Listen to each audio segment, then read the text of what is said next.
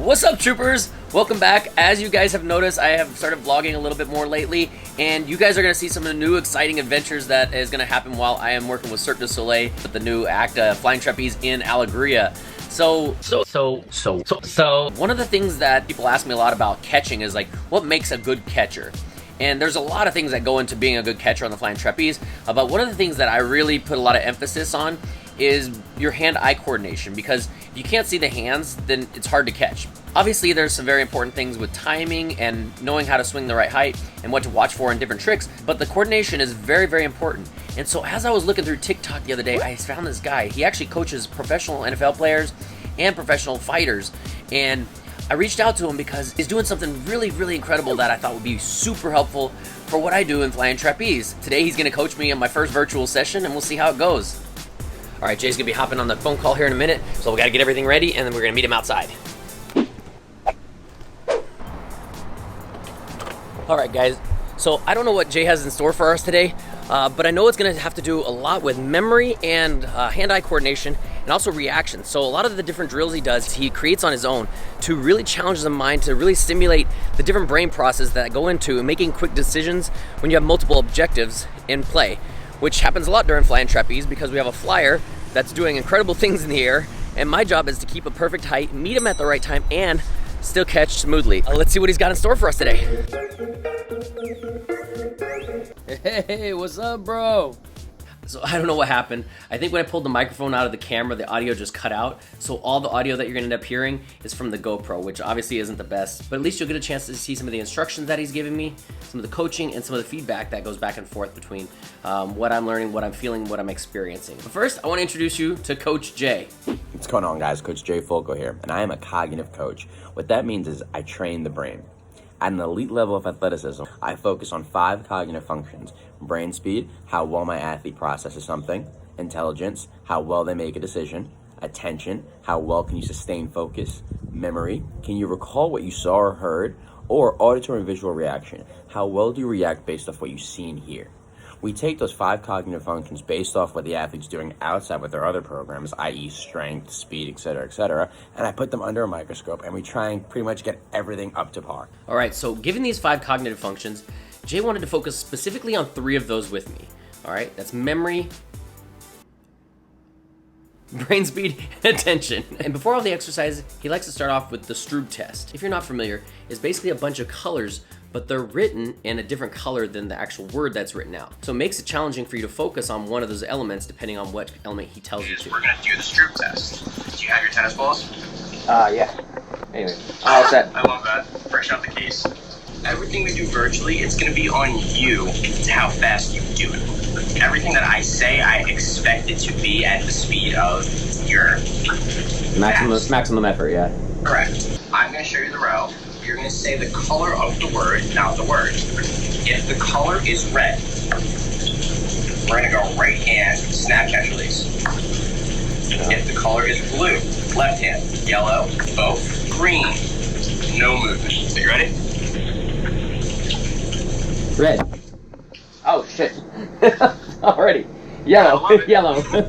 Okay, yellow, I got it. All right, so we did this for a few rounds to warm up, and then we got into some more challenging exercises. Is it cheating if I like kind of like squint across my eyes a little bit to blur the word and like just that's cheating or no? Nope. We call that your athletic process, right? Every athlete has one. They're gifted. I call it an athlete having a superpower. If you find a way to make the shit simpler, kudos. After each exercise, he asked me to give him feedback about what I was going through and what I was feeling through each of the exercises so that he could alter and address those things, but also to make each next exercise a little bit more challenging. I think I'm cheating. I'm getting ahead of myself. I see one, and as soon as I know what it is, I'm like moving to the next one. And that's okay. Again, that's your athletic process to figure this out. That's what I want you to go through. Okay. Doing these cognitive drills makes athletes tap into something that they only necessarily tap into when it's in game, right? Okay. It's a figure it out thought process. So how'd that feel as you're going through it more and more? You're getting more acclimated to it? Yeah, for sure. Again, that figure it out process is what we want, right? We want that throughout the session because that's what training the brain is. I mean, you use the analogy of driving a car too. It's like when you're taking a trip for the first time. As you're driving, you're seeing everything new for the first time. It feels a lot longer because you're trying to figure out like I'll look at all these landmarks and all these cool sights, and as you're returning back and you make that trip multiple times, the trip seems shorter. You can recognize and observe a lot more on the way. And absolutely. And it's so funny because analogies are the best way to talk brain training. Because it's once someone understands, again, like what bridge you're trying to create to gap something that's not there, it makes the whole process of building the bridge easier. Yeah. I totally get it. Sustaining focus. What we're going to do, I'm going to show you 2 cards. For 1 minute straight, you're just going to constantly tell me which one's bigger. Left or right. Ready? Yeah.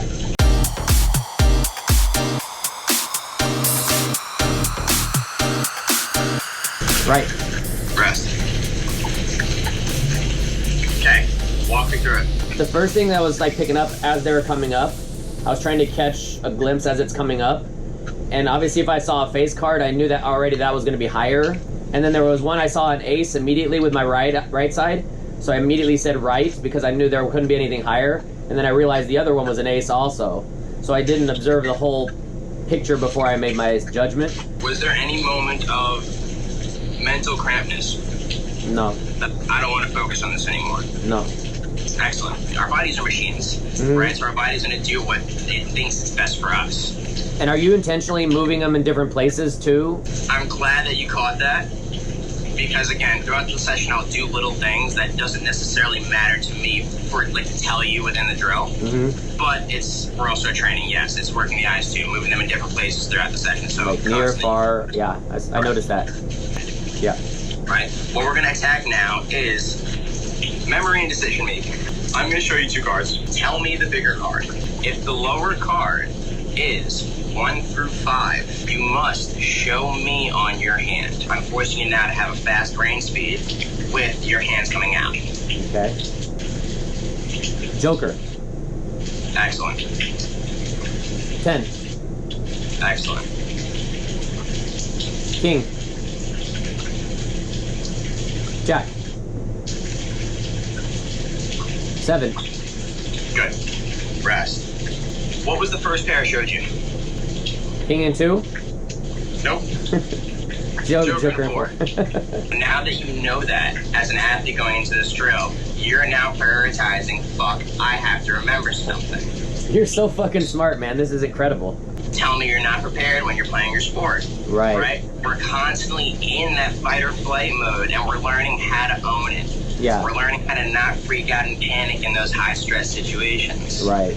You're taking more time. The fact that you were able to say, like, it's slowing up, right? That's you figuring out your process as an athlete. You're understanding that you have more time to save these little details. I mean, it's only 8 cards, but there's 4 variables on each card, so you have so many different variables. And then on top of remembering which was higher and lower. 100%. I don't know if I'm getting a headache or if my ponytails are too tight. It's definitely the headache. All right, ready. So what we're going to do now, as you're juggling, I'm going to hold up 2 cards. You're going to tell me which card is bigger. 5. Queen. 10. 10. 10. Joker. Or Jack. Rest. Jack. Second pair. 10-6. 10-8. 10-6 was the first one. Absolutely. Good, brother. How you feeling? Talk to me. Good. It's yeah, like I said before, man, it's like tapping into that place that I enjoy, but I haven't seen it in a while. Yes, absolutely. I mean, even for me, like now doing the session, I've come up with probably 10 other things I can do going forward. Just seeing the space was definitely dope. I'm gonna enjoy this. I enjoy this kind of training, but I enjoy anything that's gonna make me better or give me an advantage in what I'm doing. This is my passion, man. I don't want to just be good. I want to be great. I dig it. But yeah, man, honestly, first virtual session, I think success. I enjoyed it thoroughly. It was dope. Again, first I've ever trained somebody that's caught somebody doing a fucking double quadruple backflip. Thanks again, bro. I'll talk to you later. Thanks a lot. Bye. Cheers.